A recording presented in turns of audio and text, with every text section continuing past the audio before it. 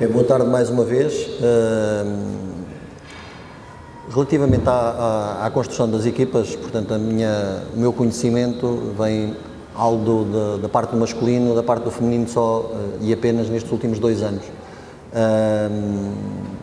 Acho que quando se pega numa equipa ou quando se é convidado para ir para uma qualquer equipa, é muito importante, em primeiro lugar, sabermos em que região e que contexto é que temos no clube que vamos encontrar. Portanto, isto é o primeiro aspecto que é muito importante. Se esse clube tem muitos fãs, tem poucos sócios, tem muitos, o que é que podemos fazer para angariar eventualmente novos sócios? O que é que podemos fazer para cativar novos praticantes? E isto é algo que me interessa profundamente, porque posso falar de uma realidade um pouquinho mais próxima. Foi aquela onde estive inserido nestes últimos 2 anos, que é o contexto do Olivais. E no contexto do Olivais é um clube que a base que tem ao nível dos adeptos são pessoas de uma idade um pouquinho mais avançada.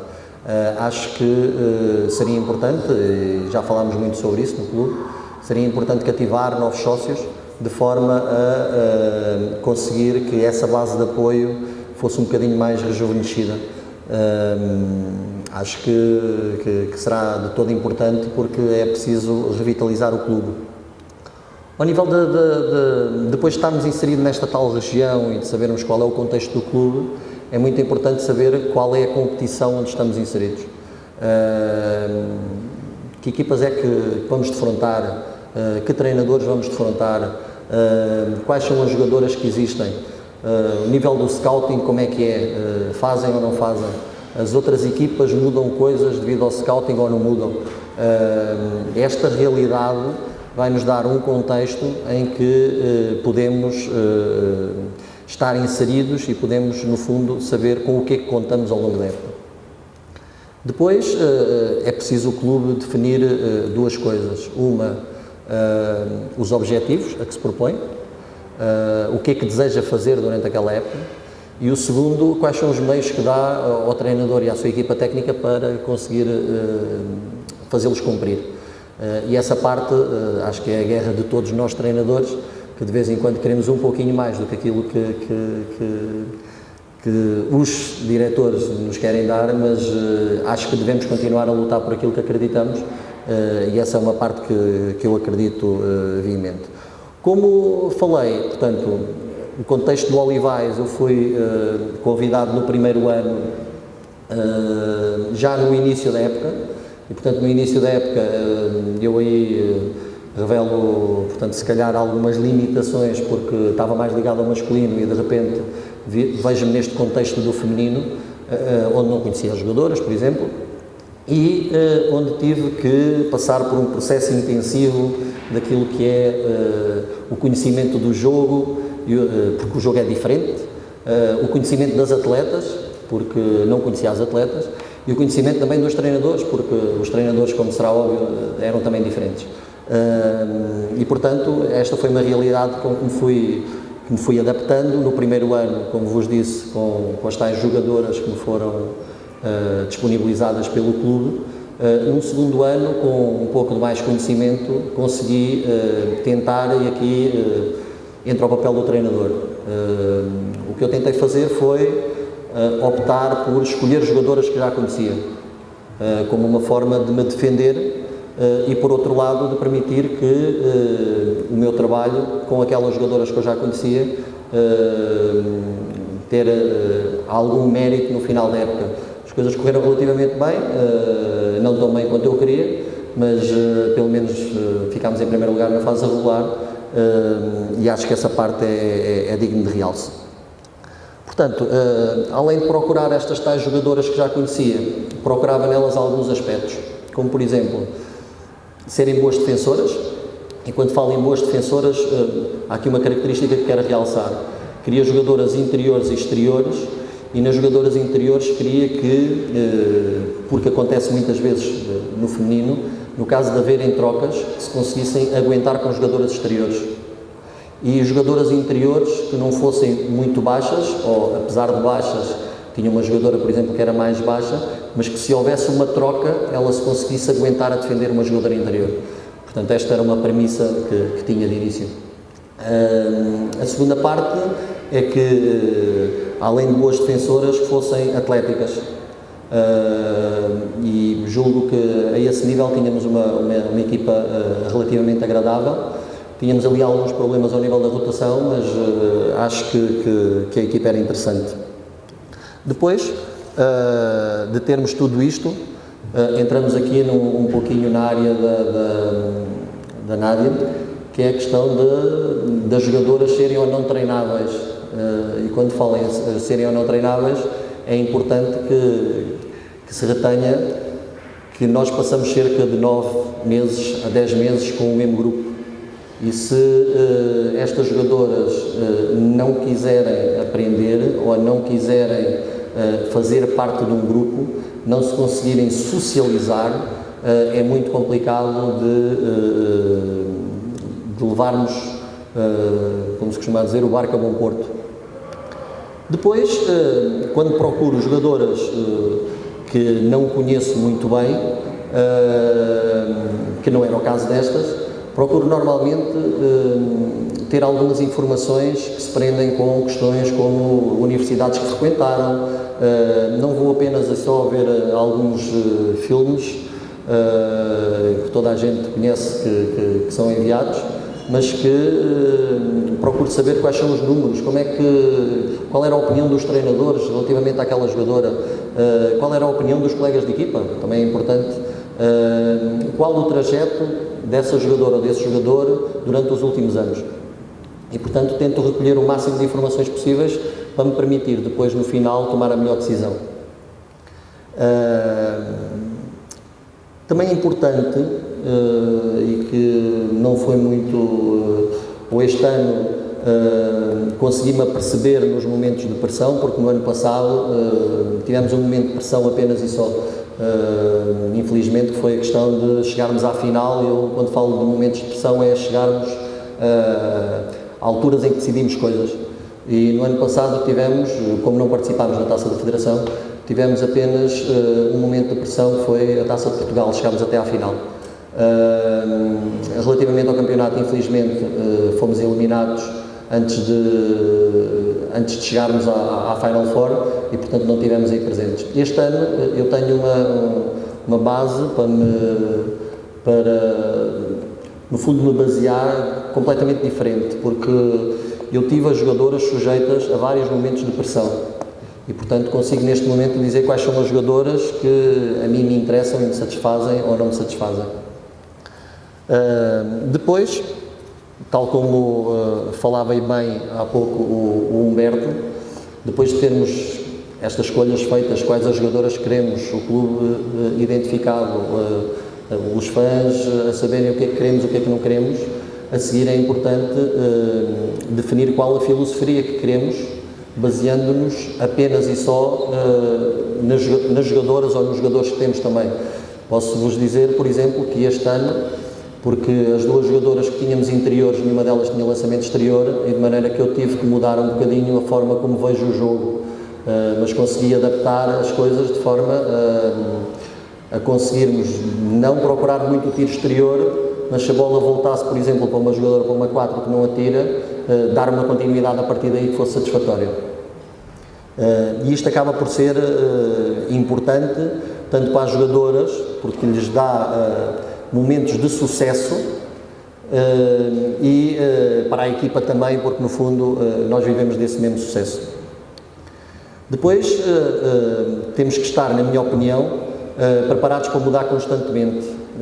Eu normalmente, as equipas com que jogava este ano, na segunda volta, raras eram os set plays que tínhamos iguais, ou muitas das vezes até mudávamos a forma como defendíamos, por exemplo, os bloqueios diretos. Ou outras vezes tentávamos criar pontos de pressão onde não tínhamos criado anteriormente. E acho que esta base onde assentava o nosso jogo, acaba por ser importante e acaba por esta alteração, esta variabilidade ser muito importante quando encontramos equipas ou pela segunda, ou tive equipas com que me encontrei este ano, julgo para aí algumas 5 ou 6 vezes, está ali o Zé Leite e sabe que nós jogámos imensas vezes, porque nos encontramos na Taça da Federação, na Taça de Portugal, no campeonato, no play-off, e portanto foi imensos jogos. E nós tínhamos que mudar constantemente algumas coisas porque era importante que o fizéssemos. Saber que no final também, e isto é um rap normalmente que gosto de lançar, é que a nossa função existe, sobretudo porque existem jogadoras ou existem jogadores. E de maneira que o nosso foco deve estar, como é óbvio, em ganhar jogos, estamos a falar de competição, mas por outro lado também em promover esse desenvolvimento dos jogadores ou das jogadoras ao longo da época, e isso eu acredito piamente mesmo, porque se as jogadoras no dia em que chegarem à primeira vez que eu as vejo e se no final estiverem iguais, o culpado sou eu e apenas eu. E, portanto, é muito importante que toda a gente contribua para a evolução desses jogadores e dessas jogadoras, e isso acaba por ser muito importante. Depois, ao longo do treino, naquilo que era o desenvolvimento da semana de treino, é muito importante em cada unidade sabermos que tudo se faz para competir. Nós tínhamos, por exemplo, situações em que tínhamos pausa de água com lances livres e tínhamos que meter 6. Se não metêssemos 6, tínhamos um prémio. E de maneira que, portanto, esta competição constante, se calhar não com o número de vezes que queria, mas é muito importante ter sempre o cronómetro a funcionar, estar sempre a competir. Costumava dizer que temos de vez em quando situações de 3 contra 0, ainda hoje tive a oportunidade de falar disso, 3 contra 0, 4 contra 0, 5 contra 0, é mesmo 3 contra 0, não é 0 contra 0, portanto é muito importante que se incuta desde o início que queremos atacar e queremos atacar com alguns objetivos precisos. E saber que no final esses resultados que temos dependem muito daquilo que estes jogadores ou aquelas jogadoras que nós fizemos evoluir ao longo deste ano depois nos retribuam tudo isso com ganhar jogos e conseguirmos evoluir a esse nível. E portanto eu fui abençoado este ano, perdi o jogo com o Cabo, que se calhar nos tinha feito ganhar mais qualquer coisinha, mas este ano acho que estivemos muito próximos de conseguir coisas muito importantes para o Olivais, e foi um prazer trabalhar com as jogadoras que trabalhei. Portanto, esta é a imagem que vos quero deixar, que para mim é muito importante o grupo com que trabalho, o ambiente com que trabalho, com que vou estar com aquelas jogadoras durante 8 ou 9 meses, ser um ambiente saudável. Quando digo saudável, não precisamos de andar sempre a apertar a mão e a dizer que está tudo bem. Não, precisamos de saber respeitar o espaço de cada um. E, portanto, nessa noção de saber respeitar o espaço de cada um, acho que contribuímos para fazer uma época muito engraçada, e vamos ver o que vai acontecer no futuro. Ok, muito obrigado, Paulo. Pontualíssimo, 20 minutos, ainda bem. E agora, aqueles 20 minutos em que nós queremos promover a ideia da mesa redonda e do debate. Portanto, não sei se alguém tem alguma questão a colocar. Eu tenho já uma aqui, por acaso estava a ouvir o Paulo e estava a pensar numa situação que é, eu lembro-me, por exemplo, do Simeone, do Atlético de Madrid, que ele gosta de saber qual é o signo de cada jogador. Então, de acordo com o signo, ele fala com eles de determinada maneira, porque ele acha que com o Balança fala-se de uma maneira, com o Capricórnio não se fala, que eles são intempestivos, nem vale a pena falar, e lida com os jogadores dessa forma. E há muitas vezes aquela ideia do treinador que fala igual para toda a gente, e já cada vez há mais aquele treinador que tem aquele feitio, fala de uma determinada maneira, ou aquele que tem um feitio fala de outra maneira. Isso era uma pergunta, se a tua comunicação com os jogadores é igual para todos os jogadores. E a outra pergunta é se isso tem alguma influência no recrutamento pode ser algo limitado por causa da parte financeira, mas se tu saberes que aquele jogador tem determinadas características mentais ou psicológicas, digamos assim, se isso pode fazer a diferença ou não para o recrutares ou não. Ora bem, relativamente eu não acredito que isto seja uma tábua rasa e todos os jogadores ou todas as jogadoras devam ser tratadas da mesma forma. O que eu acho é que as jogadoras ou os jogadores devem ser tratados sempre com justiça e deve haver um sentimento de justiça em toda a equipa. Portanto, se a equipa achar que num determinado momento, e eu tenho esta abertura com as jogadoras, tal como sempre tive com os jogadores também, se em algum momento eu não estive bem, sou a primeira pessoa a chegar ao final e dizer eu neste momento não estive bem. E portanto, esta parte da humildade com que o treinador se deve dirigir às jogadoras e aos jogadores, acho que é fundamental. Não chego ao ponto de saber o signo, mas sei normalmente e conheço a personalidade das jogadoras que tenho à frente, porque algumas delas passaram comigo 9 ou 10 meses, outras já é o segundo ano que estão comigo e, portanto, cada ano que vai passando eu vou conhecendo melhor as jogadoras que tenho e os jogadores que tenho.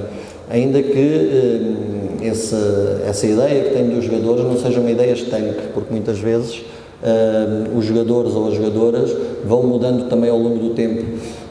Pode acontecer algo na sua vida que muda também.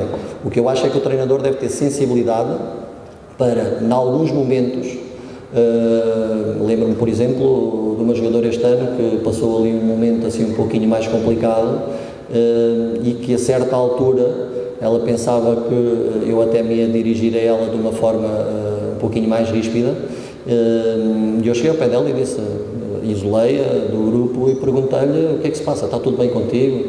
E ela, só o facto de eu lhe ter perguntado isso, ela mudou completamente aquilo que era a sua maneira de ser e de estar. Acho que é muito importante essa questão da proximidade dos jogadores, porque no fundo o treinador, apesar de ser uma entidade quase um pouquinho externa daquilo que é o seio da equipa, porque o que se passa no balneário deve ficar no balneário, só que muitas vezes, e eu sobretudo tenho a limitação de sou um elemento de género masculino e elas são todas de género feminino, entro no balneário apenas para falar com elas durante o jogo e acho que os jogadores e as jogadoras devem ter o seu espaço e esse espaço deve ser respeitado, tal como todas elas também me respeitaram a mim ao longo de todo o ano e acredito que deva sempre ser assim.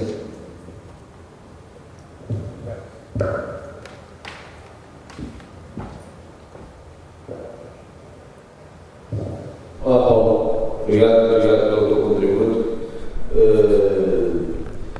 E penso que foi uma excelente época com a tua equipe e com a tua equipe de trabalho. A questão que eu queria te levantar tem a ver também com a constituição do grupo de trabalho de treinadores. Quais foram as preocupações que tiveste na constituição do teu grupo, quer neste do Olivais, quer quando tiveste a trabalhar no masculino? Quais são as preocupações que, no teu entender, deverá ser a constituição do grupo de trabalho? Se tiveste, oficialmente, não sendo oficialmente, se tiveste o treinador do treinador, que é um aspecto muito importante e porque eu penso que nós treinadores devemos partilhar muitas coisas, devemos falar, comunicar, entre outros, se esse aspecto também foi cuidado. Pronto, no fundo, gostaria de saber como é que, nesta escolha do teu clube e do enquanto treinador, porque também tiveste no masculino, o que é que nos podes adiantar sobre este facto?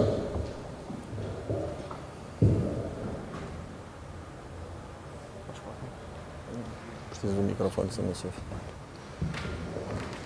Ora bem, relativamente à constituição da equipa técnica, eu, quando cheguei ao Olivais, e está ali a Cristina atrás, a Cristina já estava no Olivais e eu fiz questão de ter uma pessoa que pertencia já à equipa. Ao longo do ano, e fomos distribuindo várias tarefas, era muito importante que, e porque acredito mesmo nisso, acho que os treinadores devem tentar fazer evoluir quem tem ao seu redor. Fomos distribuindo várias tarefas e este ano, portanto, a Cristina ficou com mais valências, eu com menos algumas, mas foi-me permitindo libertar e permitindo que tivesse se calhar uma maior, investir mais em mim e conseguir que levasse isso um pouquinho mais além. Tenho também, além de ter a equipa técnica a trabalhar comigo, tenho a vantagem, como disse ali há pouco, de não esquecer as pessoas com que tive, e quando estive no masculino tive a oportunidade de trabalhar com o Norberto e com o Jacinto, pessoas com que prezo imenso e que ao longo do ano também me foram dando um apoio inestimável. E portanto estas pessoas, juntando com outros treinadores que vão colaborando connosco, acho que são muito importantes para fazerem evoluir aquele grupo de jogadores que no fundo, no final, vão dar-nos aquilo que nós queremos, que é as vitórias.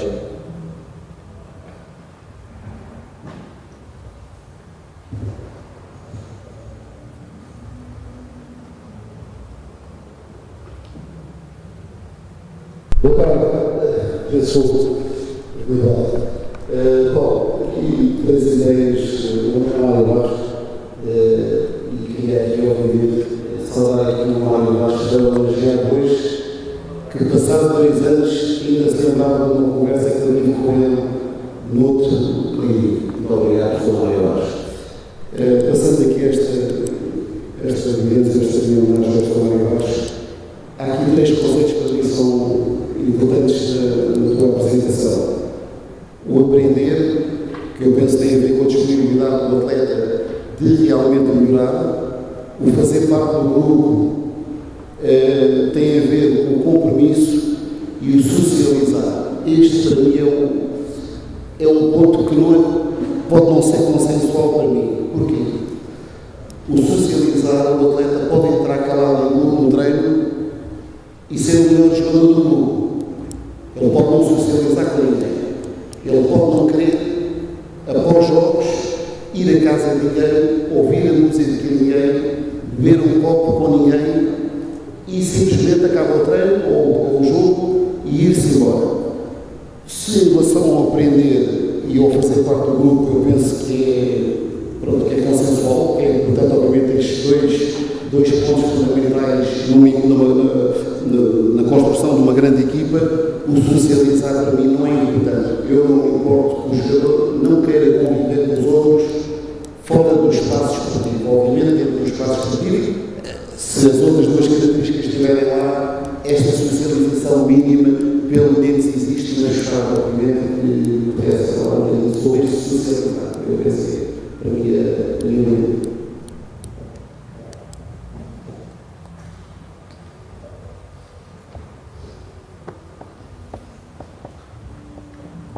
Obrigado pela pergunta. Relativamente a socializar, eu normalmente gosto de fundamentar as minhas opiniões e gosto de ouvir outros treinadores com uma experiência completamente diferente da minha. E há um tempo tive a oportunidade de ouvir um clinic do Greg Popovich, que é uma pessoa que toda a gente conhece, em que ele dizia que de vez em quando tinha scouts que chegavam ao pé dele e diziam que tinham jogadores que marcavam 50 pontos por jogo e outros que ganhavam 30 ressaltos. E ele virava-se para eles e perguntava: e como é que eles são no meio de um grupo? Porque ele dizia que jamais em tempo algum iria sujeitar Manu Ginóbili, Tim Duncan, Tony Parker a terem que aturar gente que não entrasse no espírito que ele tem. Eu tenho exatamente a mesma opinião. Portanto, isto é a forma que eu penso, não quer dizer que seja a forma correta. Acho que de vez em quando temos que ser aqui um pouquinho flexíveis, mas tentar trazer mesmo essa pessoa, há pouco estavas a dizer que até de vez em quando se isolava um bocadinho ou não se dava muito com os colegas, de tentar trazê-lo para o grupo e de conseguir que ele esteja ali. Só que nós temos apenas 9 meses para trabalhar com os jogadores e de maneira que ou os escolhemos bem ou temos problemas. Eu aí não tenho um budget muito grande, mas consegui ter essa preocupação no início e acho que, na minha opinião, e é apenas a minha opinião, e a mim me vincula, acho que é muito importante. Mas pronto, temos opiniões diferentes e não há problema nenhum nisso.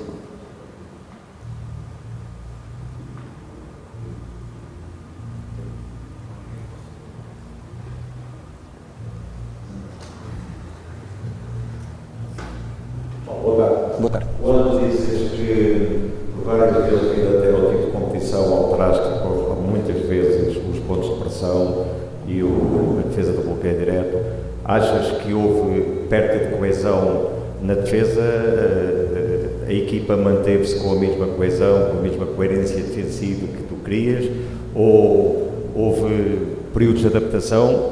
E quando fizeste a análise final, se alguma vez viste que estavas errado, com certeza aconteceu, e se voltaste ao princípio? Se entendemos que a primeira estava bem, que alteraste e pensaste, como muitas vezes nos acontece, alterei isto não está a dar resultado. Gostava de saber o que é que fizeste em relação a isso.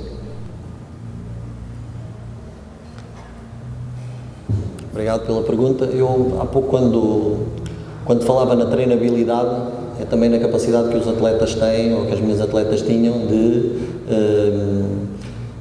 nós, a nível da semana, nós fazíamos um jogo, imagino só sábado, na segunda-feira começávamos a trabalhar alguns dos aspectos que iríamos utilizar no jogo a seguir. E as jogadoras já estavam habituadas a isto. Quando falo de defesa, falo também do ataque. Portanto, mudávamos algumas coisas e íamos mudando ao longo da semana. Eu ainda não fiz bem as contas, mas acho que, comparando com aquilo que era o início da época e aquilo que é o final da época, nós ao longo da época usámos para aí alguns 67 plays.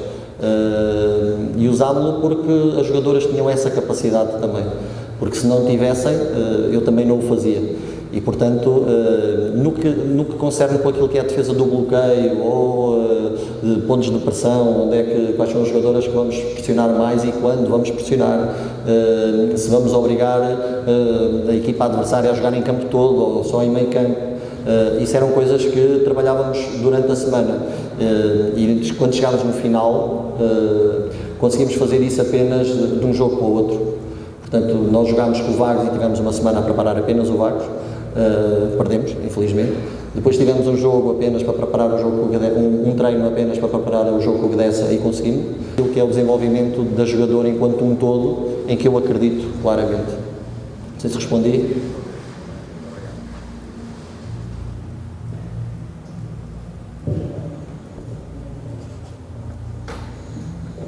Boa noite, Paulo. A minha pergunta vai no sentido, tu falaste de qualidade, caráter dos jogadores. Tu, quando fazes ou constróis a tua equipa, tens a intenção também questão, por exemplo, da experiência, da idade dos jogadores, no sentido de, por exemplo, tens 4 extremos na tua equipa, ou 5 extremos, eu quero que 2 sejam jovens, com mais fome, não é? Ou se isso para ti não é relevante e não é importante. Não sei se tiveste uma jogadora jovem na tua equipa, que acabou por ser uma das jogadoras determinantes na tua equipa e no campeonato. Queria perceber se essa é a tua filosofia, se pensas assim, ou foi algo casual.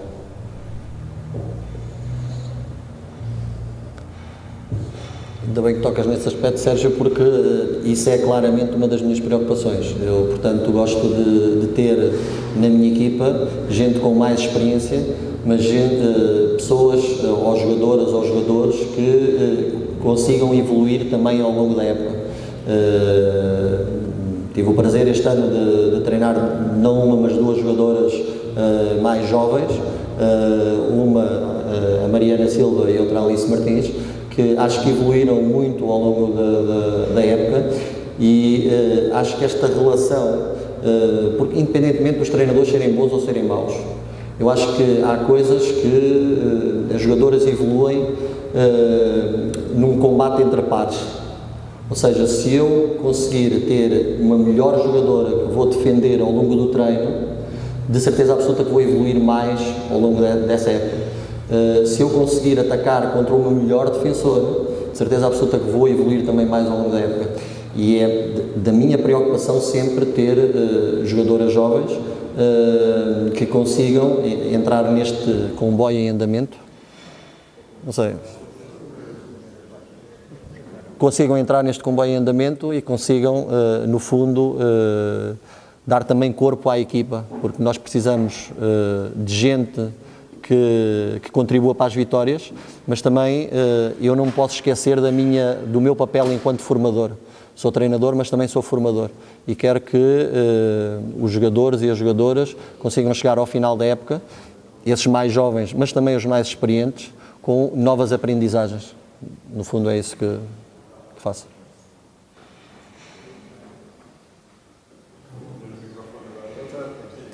Boa tarde. Não se importa se levantar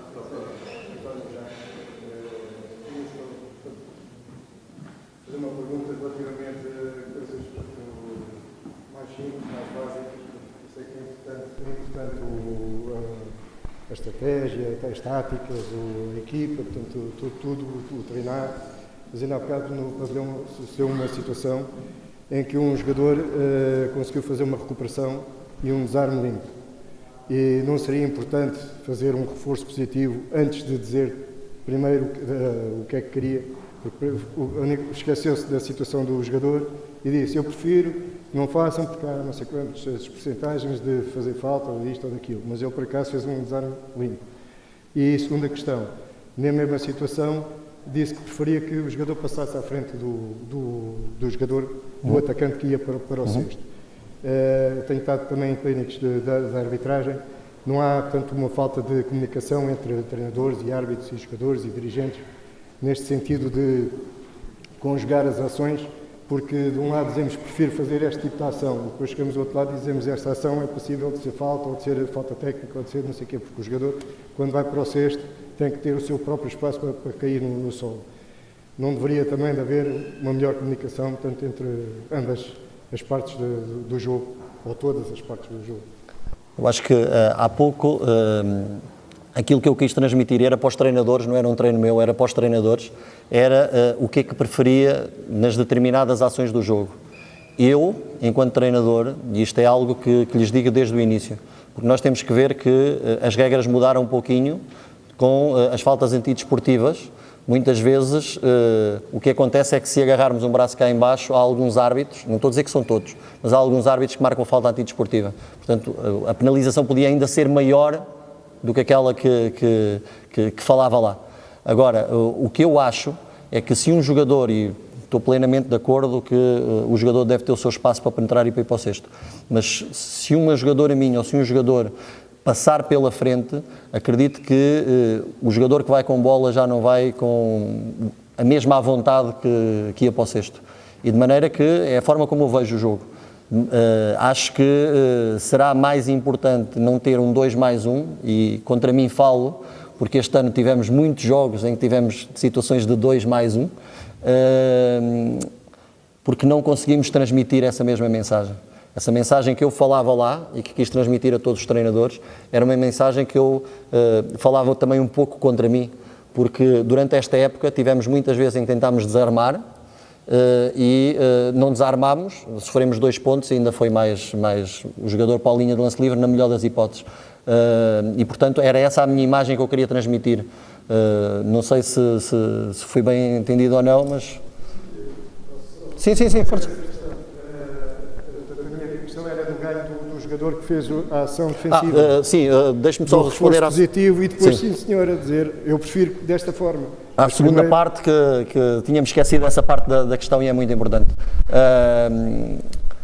Nós de vez em quando os treinadores devem passar por momentos em que se autoavaliam. E eu tenho, isto é um problema que a maior parte dos treinadores tem, o número de feedbacks negativos que dão são muito superiores aos positivos. É algo que eu tenho que mudar, mas que naquele momento apenas e só me queria dirigir aos treinadores o que é que fazia. Normalmente tenho-me autodisciplinado para tentar ao nível do treino ser cada vez mais positivo e acho que tenho melhorado substancialmente a esse nível e acho que todos os treinadores devem fazer um esforço enorme para melhorar, porque normalmente somos muito negativos. Portanto, criticamos quando fazem mal, mas muitas vezes quando fazem bem não dizemos que fazem bem. E essa parte para mim é fundamental. Eu, é como digo, tenho tentado autodisciplinar. Não está tão fácil assim, mas vamos continuar. Vamos continuar a tentar. Não sei se respondi. Temos tempo para uma última questão. Eu ouvi em relação a quando falou de exercícios competitivos, que disse que os utilizava muito.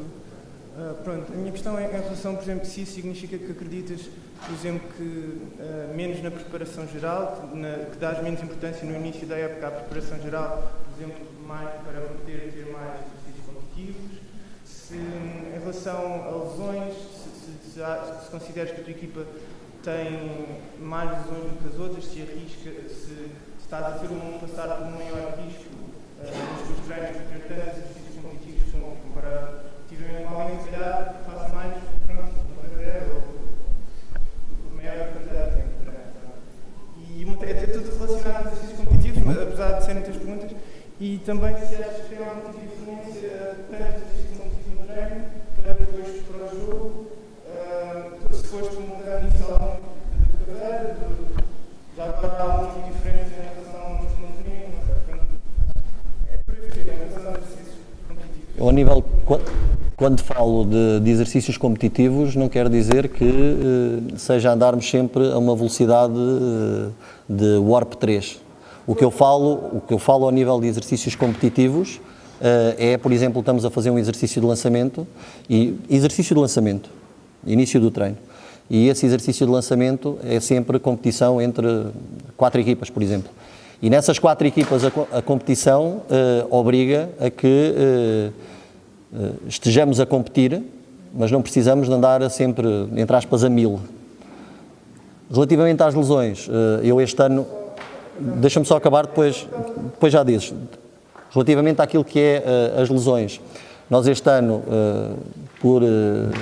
não sei se por milagre, se foi por as coisas até correrem relativamente bem, nós este ano tivemos 2 jogadoras com lesões mais complicadas, mas nem foi nada que tivesse a ver com o treino.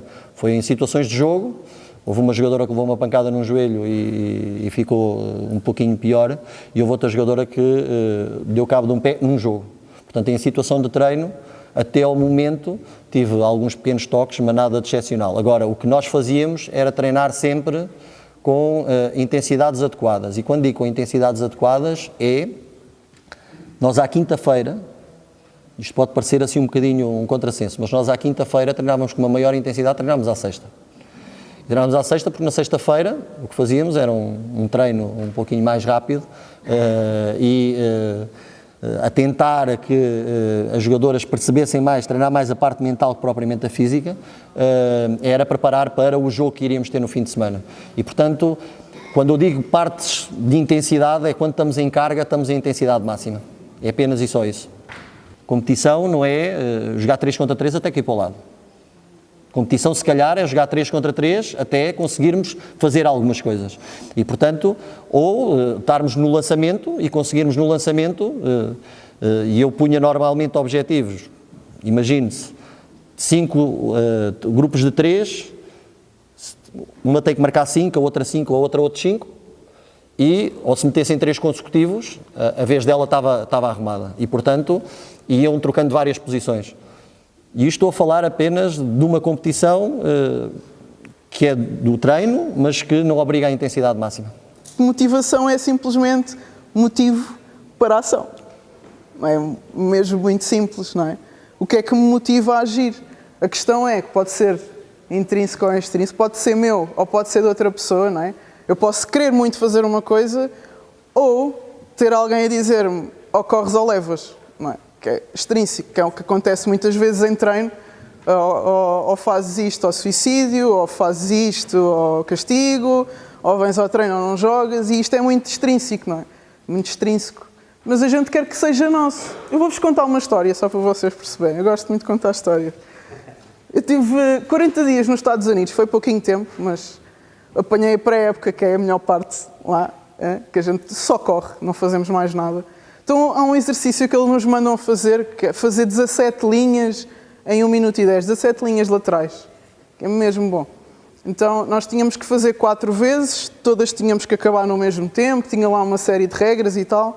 A gente faz a primeira vez, eu digo, eu não consigo mais, eu não consigo fazer isto, eu vou desistir. E quando eu estou a olhar para o treinador e a voz não me sai, ele diz outra vez. E eu tive que ir. Então fazemos a segunda vez, e alguém que não consegue chegar a tempo, e depois a terceira, e alguém não consegue chegar a tempo, e eu já estava a morrer literalmente. Quem é que foi atleta aqui dos treinadores? Quem é que foi atleta? Quem é que já esteve a morrer? Tipo, o cano da traqueia a fechar, as pernas a tremer, já estou a ver pinta, já está tudo escuro, estou mesmo a morrer. Mas alguém está a dizer, tens que continuar a fazer, não é? Nós éramos um grupo de jogadoras que não nos conhecíamos ainda, seja, não havia motivo de porquê que eu vou correr só para aquela, seja, não havia ainda grupo, ok? Outra questão é que estávamos mortas e que eram 6h30 da manhã também. Então não havia mesmo motivos para esta ação. Ainda assim tivemos que a fazer. Porquê? Porquê que depois, da última vez que a gente faz, em que o treinador diz make it happen, eu não sei o que é que vocês vão fazer. Vocês não vão às aulas, vocês não vão almoçar, enquanto isto não estiver feito. Make it happen, façam acontecer. E no último percurso, a gente conversa entre nós e as duas mais rápidas metem-se ao lado da mais lenta e no último percurso levam-na pelo braço. E a gente consegue. O que é que faz isto acontecer?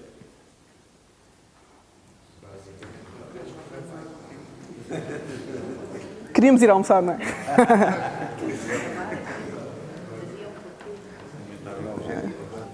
O que é que faz a gente?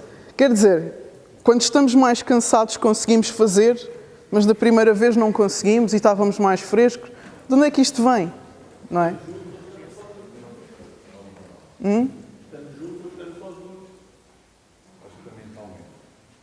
Eu acho que sim, não é? Físico não é? Porque estávamos mais frescas antes do que depois. Mas há uma questão aqui muito importante sobre a motivação intrínseca, dela ser minha. Eu acredito que nós só evoluímos e só damos o passo seguinte quando atingimos o nosso limite. Nós temos 3 níveis de treino. O de conforto, o de desafio, a maior parte está no desafio, dizem que fazem, mas podiam fazer mais. E existe o limite. Raramente chegamos lá. Porque só conseguimos chegar lá se a motivação for nossa. Acredito que naquele grupo, ali nos Estados Unidos, estando numa universidade, toda a gente teve que lutar para ter aquele lugar, para estar naquela equipa. E correr aquilo já não era nada. Um segredo para que a motivação se torne minha, façam os vossos atletas lutar por aquilo que eles querem atingir. Assim, a extrínseca torna-se intrínseca, torna-se minha. É a única forma de eu conseguir chegar ao limite. Eu não consigo pôr o meu corpo em momentos de limite, em dor, auto-colocar-me em momentos de dor ao meu próprio corpo, se não for uma coisa muito minha. Ou seja, sinto que me estou a fazer mal, para quê? Tem que ser meu. Não pode ser o outro, não é? Eu não consigo chegar ao limite se a coisa não for minha. Este é o primeiro segredo da motivação. Se eu constantemente ponho motivações a um atleta de coisas de fora, não vai durar. Ou vou estar a cansar-me constantemente e a gastar energias em coisas que não devia, que é estar com o chicote o treino todo e a época toda. Porque a gente está com o chicote e ele corre. Quando ele vê que está longe, para. A gente está outra vez e ele corre. E depois, para. E estamos ali e estamos a gastar energias em coisas que se calhar podíamos investir em outras coisas. É mais inteligente a gente trabalhar, agora no segundo ponto que eu vos vou falar, para que a motivação se torne deles. Não é? Mas para se tornar deles, nós temos que saber qual é esse motivo para a ação. Se eu for perguntar aqui ao Marco, ao Rui, ou à Teresa, porque é que vieram aqui hoje, vão-me dizer coisas diferentes, mas estão aqui na mesma, estamos a fazer a mesma coisa. Mas todos temos motivos diferentes. E é preciso conhecermos os atletas para sabermos o que é que te motiva a estar aqui. Não é? O que é que vos motiva a estar aqui? Todos temos objetivos diferentes.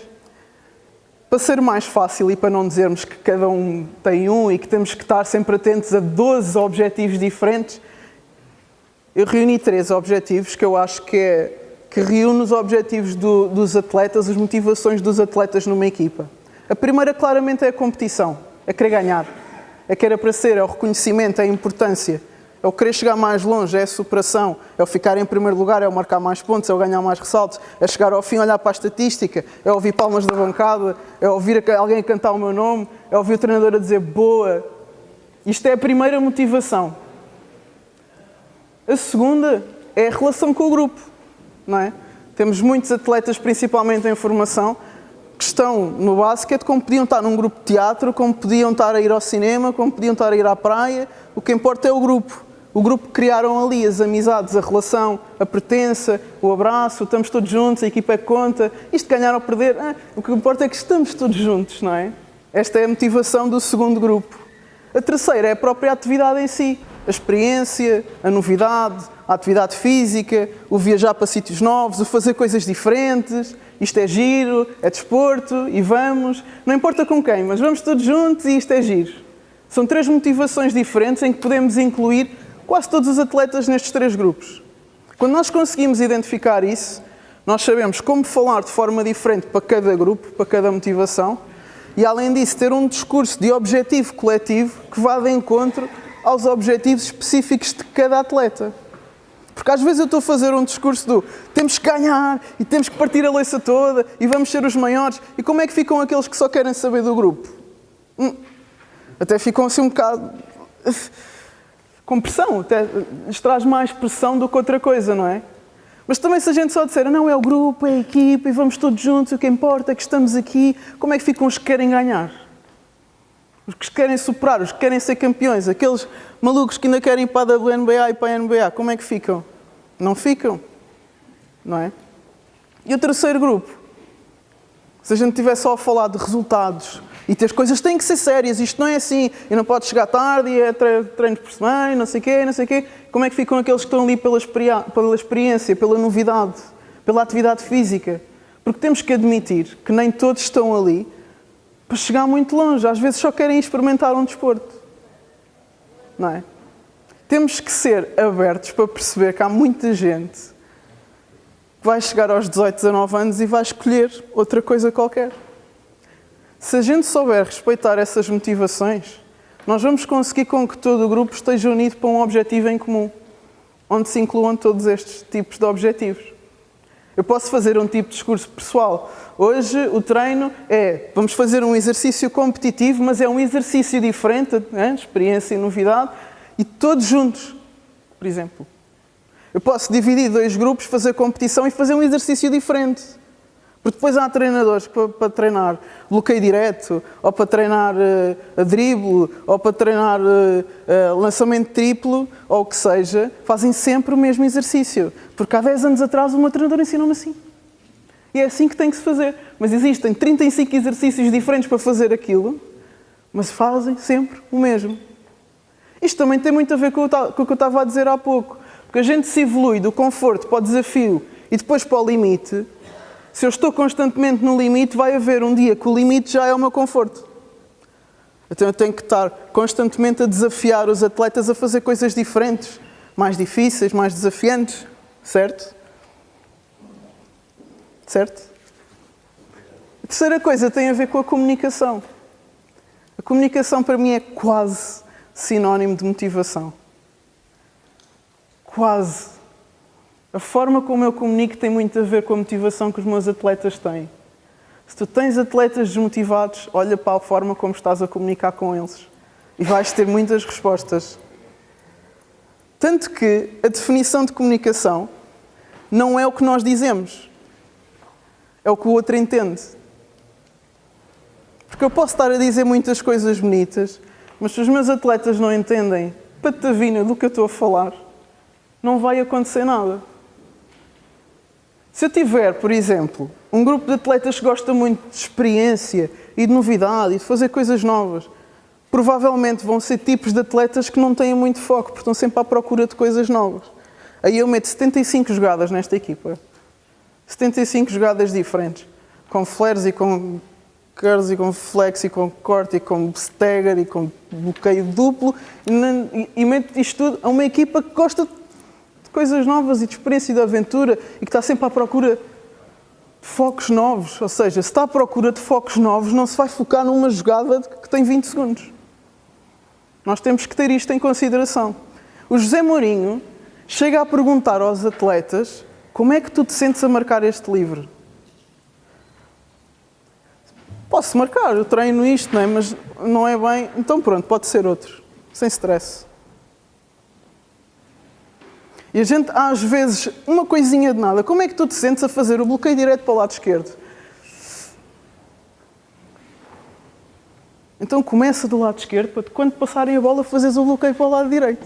Tão simples. E ele sente-se mais confiante e a coisa sai melhor. Ok?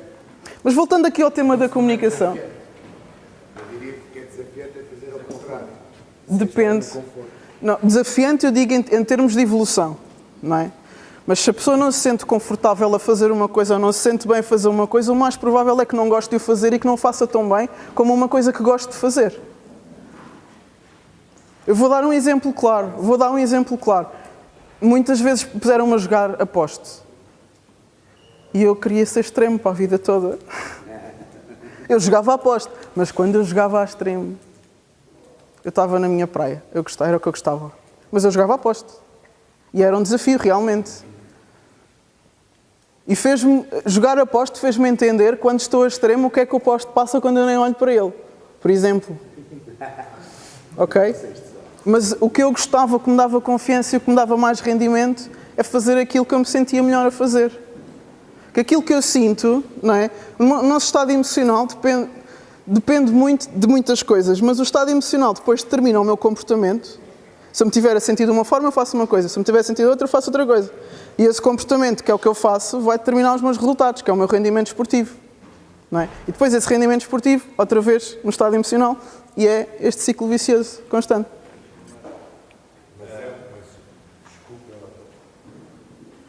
Desculpa ter vindo. Não faz mal. Mas eu acho que puseste as coisas de uma forma que o atleta, eu não estou a falar da questão, por exemplo, dos jogares apostas aos jogares extremos. Estou a falar daquela situação de tu não consegues fazer com a esquerda. Então vamos fazer só com a direita. Porque vais estar confortável, vais estar feliz e ele não vai conseguir fazer com a esquerda. Eu percebo o que estás a dizer. Estás a falar em contexto de treino, não é? Sim. Pronto. Estava a falar, se calhar mais em contexto de competição. Obviamente que treino tem que fazer tudo. Obviamente que treino, claro, obviamente. Desafio e limite. Sim. Em termos de rendimento esportivo. Yeah. Claro. Mas isso também tem muito a ver com a qualidade da equipa.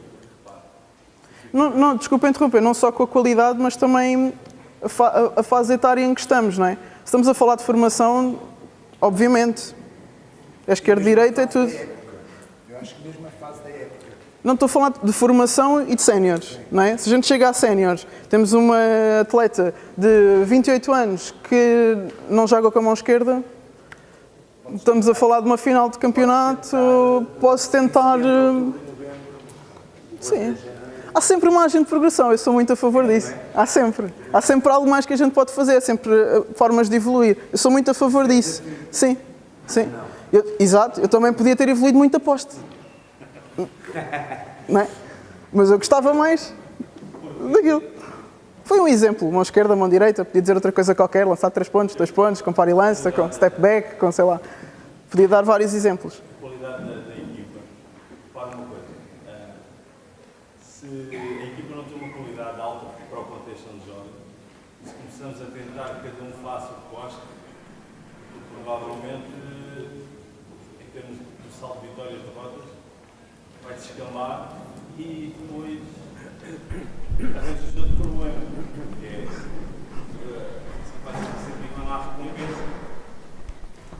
começas a sentir que não há recompensa, vais treinar e aquilo começam-te a martelar todos os fins de semana e tu tens que chegar a uma zona que é de consenso, de negocias a meio do caminho, que é ou então escolhes 2 ou 3 jogadores e esses podem fazer se calhar o que gostam, porque se vão todos, aquilo vai chegar a uma parte que rebenta porque eles fazem as coisas que não gostam, ou rebenta porque toda a gente faz o que gosta, mas ninguém ganha. Há um equilíbrio sempre. A palavra daqui é equilíbrio e coerência em tudo. Tudo o que eu vou dizer está sempre entre aspas, relativamente a equilíbrio e coerência.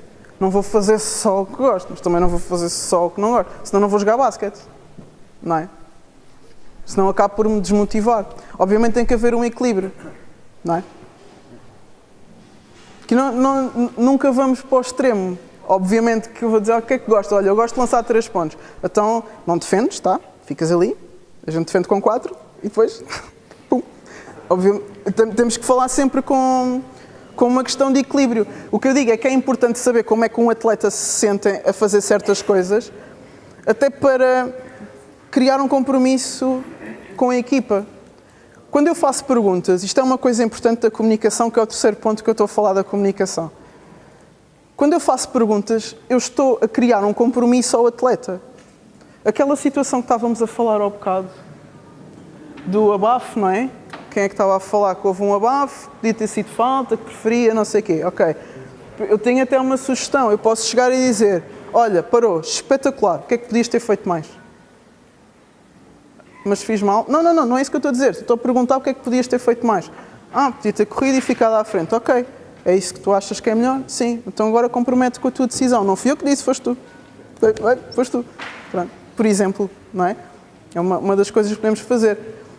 Continuando aqui com a comunicação, para a gente não perder o fio à meada, uma das coisas que podemos fazer, questionar. A segunda coisa que podemos fazer é focar no processo, na parte específica do treino. Vejo muitos treinadores, se calhar agora menos, mas vejo muitos treinadores a dizer, tu tens que defender bem. E eu vejo na cabeça do atleta ele a fazer assim, parabéns, a sério, não sabia que tinha que defender bem. Está bem, mas diz-me o que é que eu tenho que fazer para defender bem. Olha, tu tens que marcar a cesta. Olha, sério, não me digas que eu tenho que marcar a cesta. Eu não sabia, se falhei tenho que marcar, a sério. Diz-me o que é que eu tenho que fazer. Não é? A diferença entre eu estar na televisão a ver um jogo e a dizer, fogo, temos que marcar mais. Não devíamos ter falhado aqueles 3 penaltis. Isto sou eu a ver televisão. O Fernando Santos tem que dizer o que é que ele tinha que fazer para marcar os penaltis. É diferente. Nós devemos ser específicos naquilo que queremos que o atleta faça.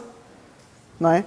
Olha, tens que baixar mais o rabo, tens que levantar os calcanhares, tens que pôr os braços, tens que fazer o step out de uma certa forma, tens que dar a linha, não des o meio, não sei o quê.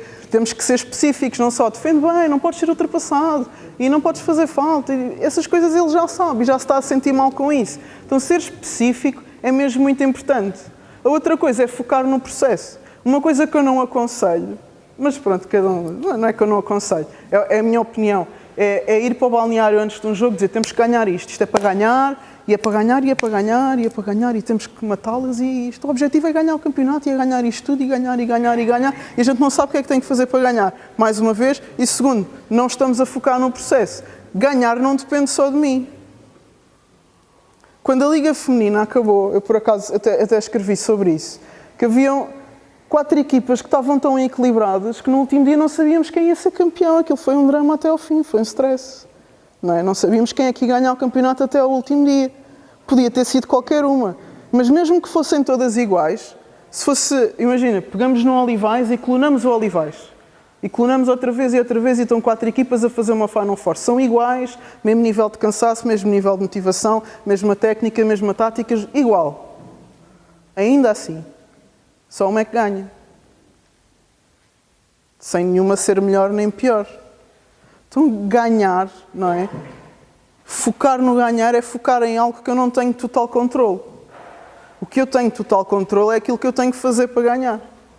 Então focar no processo é uma coisa muito complicada de explicar a atletas que gostam de ganhar jogos, que se movem muito pela competição. E às vezes a treinadores também.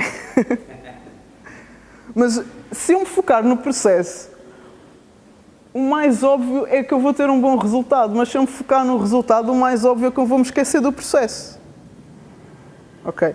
Outra coisa que podemos fazer com a comunicação é focar no potencial em vez de naquilo que é mau. Focar no ponto forte em vez de focar no ponto fraco. Obviamente vamos trabalhar pontos fracos, não vamos cair outra vez no desequilíbrio, obviamente, mas focar no ponto forte, principalmente antes de um jogo, é espetacular. Nós conseguimos fazer isto, nós podemos ganhar mais ressaltos do que elas, nós podemos defender, correr mais o campo do que elas. Vamos imaginar que uma equipa muito alta vai jogar contra uma equipa muito baixa.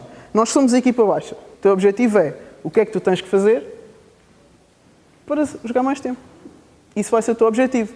Ainda que jogar mais tempo seja um guia, o teu objetivo é o teu processo, é aquilo que está nas tuas mãos. Ok? Agora a minha pergunta é, com tanta informação, intrínseca, extrínseca, os tipos de motivação, que é a competição, a relação, a atividade, a experiência, esta coisa da comunicação, é o que os outros entendem, não é aquilo que eu digo, que confusão. É possível a gente conseguir atingir este nível de consciência de treino e de competição com os nossos atletas? Pergunta do dia. Será que isto é possível?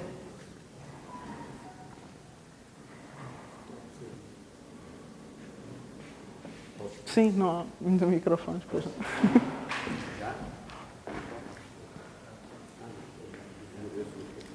A Nádia há pouco fez... Sim, não é bom. A Nádia há pouco fez uma pergunta e eu tentei responder, tentei pensar, como demora um pouco de tempo a pensar, já deve ser da idade. Eu vou fazer a seguir uma pergunta também, que era, o que é que entendo por motivação? Eu entendo que por motivação é agir por vontade própria, é desejar alcançar aquilo que somos capazes, é trabalhar pela sua autossatisfação. É a ideia que eu tenho. Mas agora faço uma pergunta, e vou dar-lhe a minha resposta, perguntar-lhe se está de acordo. Como é que se provoca essa motivação como treinador? Eu diria que é determinando objetivos adequados, é saber comunicar e é adequar o estilo de liderança ao meio envolvente ou até à própria personalidade do atleta. Concorda? Sim, concordo plenamente. Aliás, falou de quase tudo, fez aqui um resumo de tudo o que eu falei, seja a personalidade do atleta, que é os tipos de motivação que eu falei, saber comunicar com cada um, fazer um objetivo coletivo que vá de encontro a todos os objetivos específicos. Exatamente, acho que sim. Eu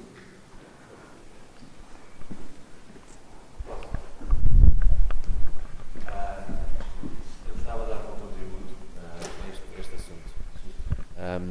Eu acho, e acho com todo o respeito, acho que, na minha opinião, o mais importante no que diz respeito à formulação de objetivos e à motivação que o atleta pode ter para atingir determinado objetivo é a capacidade que o treinador, ou neste caso o coach, se tiver essa possibilidade de uma equipa trabalhar com um coach, tiver de fazer com que sejam os atletas a definir esses objetivos. Que sejam os atletas a definir esses objetivos. Que sejam os atletas a dizer esses objetivos. Porque é muito fácil para o treinador chegar e definir um objetivo. E como falaste no início, dentro da equipa pode haver diferentes objetivos. Mas acho que aquilo que faz realmente a diferença é quando o treinador tem a capacidade de, através de diálogo e de através de comunicação e de através de tentar conhecer a individualidade de cada jogador, de fazer com que sejam os próprios jogadores a ir de encontro ao objetivo que o treinador quer definir. Queria dar este contributo porque, na minha opinião, é isso que faz realmente a diferença e não o treinador chegar, porque o treinador pode definir qualquer objetivo. Mas se houver um atleta que não acredite nisso e que tenha peso no grupo, acho que vai criar dificuldades. E, na minha opinião, é isso que faz realmente a diferença. É a capacidade que os atletas, ou que o treinador neste caso, terá em fazer com que sejam os atletas a definir esses objetivos, quer os objetivos individuais, quer os objetivos coletivos. Queria só deixar este contributo, é a minha opinião. E está correto. Se calhar estamos a falar de níveis lógicos diferentes. Quando se fala de o atleta fazer o seu próprio objetivo, estou totalmente de acordo e é uma coisa que eu faço quando falo de objetivos específicos. Não é? Este atleta, qual é o objetivo que tu tens? Eu quero fazer isto melhor, isto melhor, isto melhor. O que é que tens que fazer para tal. E fazemos uma lista de objetivos específicos para o atleta. Ok? E depois outro atleta tem outros objetivos específicos e outro tem. Depois o treinador chega e, de acordo com isso, ele faz um objetivo coletivo que encaixe com tudo. Porque, obviamente, se este melhorar, e este melhorar, e este melhorar, a equipa também melhora. Ok? Mas sim, tens toda a razão que cada atleta deve fazer os seus objetivos. Eu faço isso com os atletas que eu trabalho. Mas eu acho que os atletas, ou seja, o treinador tem que ter a capacidade. Se o nosso objetivo, por exemplo, for, ganhar uma competição, uma Final Four, eu acho que aquilo que faz realmente a diferença é o treinador ter a capacidade, dentro do grupo, conseguir fazer com que sejam os atletas a dizer ao treinador: o nosso objetivo é ganhar a Final Four. E que cada atleta acredite realmente nisso. E isso, penso eu, que tem que haver uma ginástica e tem que haver uma capacidade de diálogo. O treinador tem que ter essa capacidade de provocar essas sensações e essa motivação dos atletas, para que sejam os próprios atletas a definir isso. Acho que tem muito mais força. E tem. Quando o treinador encara o grupo, o nosso objetivo é ganhar a Final Four. Okay. E depois os atletas, como, mas isso acho que são perguntas que são prévias à definição do objetivo. Sim, o que eu falei há pouco de colocar questões para criar compromisso no atleta, também se pode colocar isto, mas e se a equipa não acredita que pode ganhar? Não é?